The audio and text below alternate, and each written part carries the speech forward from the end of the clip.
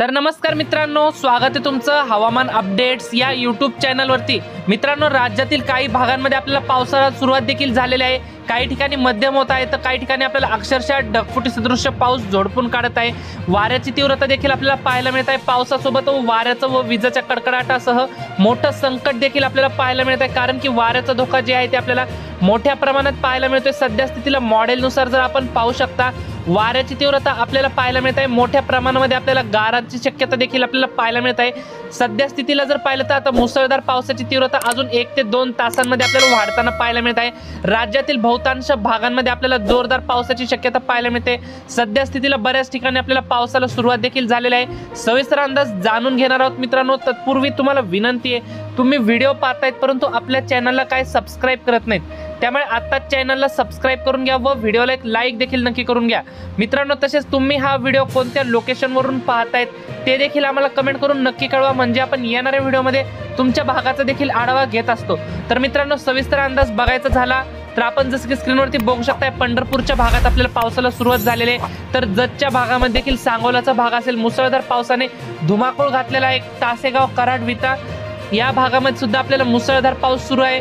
तसेच आपल्याला साताऱ्याचा भाग असेल, वाणी, प्रतापगडचा भाग असेल, गोरेगाव, चिपळूण या भागामध्ये सुद्धा आपल्याला मध्यम ते काही ठिकाणी आपल्याला मुसळधार पावसाला पोषक वातावरण तयार झालेलं आहे। असा अंदाज आपल्याला साताऱ्याच्या भागामध्ये देखील आपल्याला जोरदार पावसाची शक्यता पाहायला मिळते।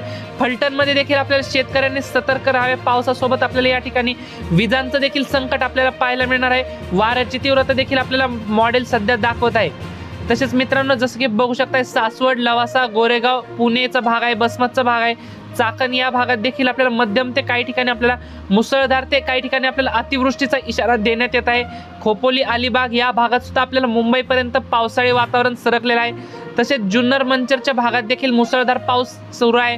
तसेच मित्रांनो, तुमचा जिल्हा, तालुका देखील कमेंट करून सांगा। तसेच श्रीगोंदाच्या भागात 1 ते 2 तासात पावसाची तीव्रता आणखी वाढण्याचा अंदाज आहे। काही ठिकाणी शिरूरच्या भागात आपल्याला जोरदार पाऊस सुरू झालेला आहे। तसेच आपल्याला जसं की स्क्रीनवरती बघू शकताय मित्रांनो, आपण चौसाला असेल, बीड असेल, कर्जत, करमाळा असेल या भागात देखील आपल्याला जोरदार पावसाची शक्यता आहे। काही ठिकाणी मुसळधार पाऊस देखील आपल्याला पाहायला मिळू शकतो। बहुतांश भागांमध्ये आपल्याला पावसाचा अंदाज आपल्याला पाहायला मिळत आहे। बीड जिल्ह्यातील बहुतांश भागात जोरदार हजेरी लागेल। पाथर्डी, गोरेगाव या भागात सुद्धा आपल्याला अहिल्यादेवी नगर या भागामध्ये सुद्धा आपल्याला मध्यम ते जोरदार अशा पावसाची शक्यता आपल्याला पाहायला मिळणार आहे। त्यामुळे येथील शेतकऱ्यांनी देखील सतर्क राहावे। तसेच आपण जसं की बघू शकताय, परतूरचा भाग असेल, तहरगावचा भाग असेल या ठिकाणी सुद्धा चांगला पाऊस राहील।